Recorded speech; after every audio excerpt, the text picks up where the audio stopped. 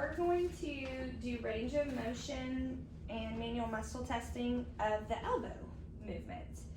There are just 4 movements: elbow flexion, elbow extension, forearm supination, and forearm pronation. So this is a pretty simple one. Come to the edge just a little bit for me.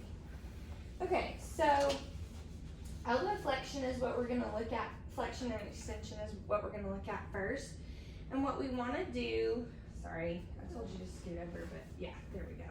Okay, so we're going to place a towel to look at extension. We're going to place a towel roll under the distal humerus, and that just gives us some room to see if there's hyperextension. Okay, so typically your extension is just going to be to 0, and Courtney's is. And I'll show you on the gurney. So our stationary arm is going to align with the acromion process. Our axis is going to be right at the olecranon process. We're in forearm supination. And then our movable arm is going to stay with the radial styloid process. Okay? So as you can see, when you line it up here, she's maybe lacking 2 degrees to full extension. What you might see when you place this towel roll is a hyperextension if they're hypermobile, and so you would just say whatever their full flexion is to +2 or something like that, +5, whatever degree of hyperextension they have.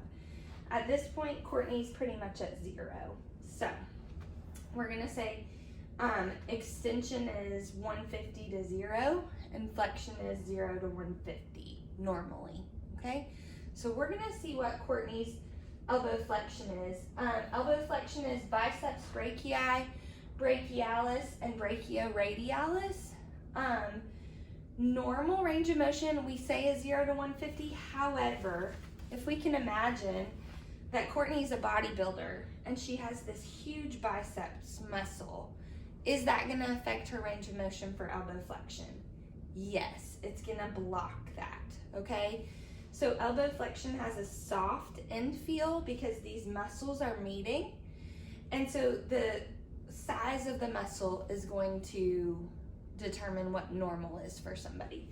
So if you have a huge dude that comes in and has a big old bicep, and you go, oh, you just have 0 to 120, there's obviously a deficit here. No, there's not. It's just muscle blocking, okay? So I'm gonna place my goniometer. I'm gonna ask Courtney to come all the way up.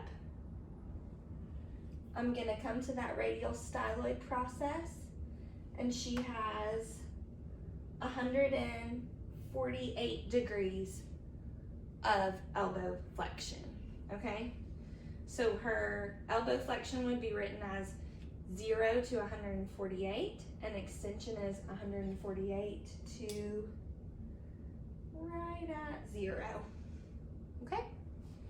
So that's measurement of range of motion of elbow flexion and extension.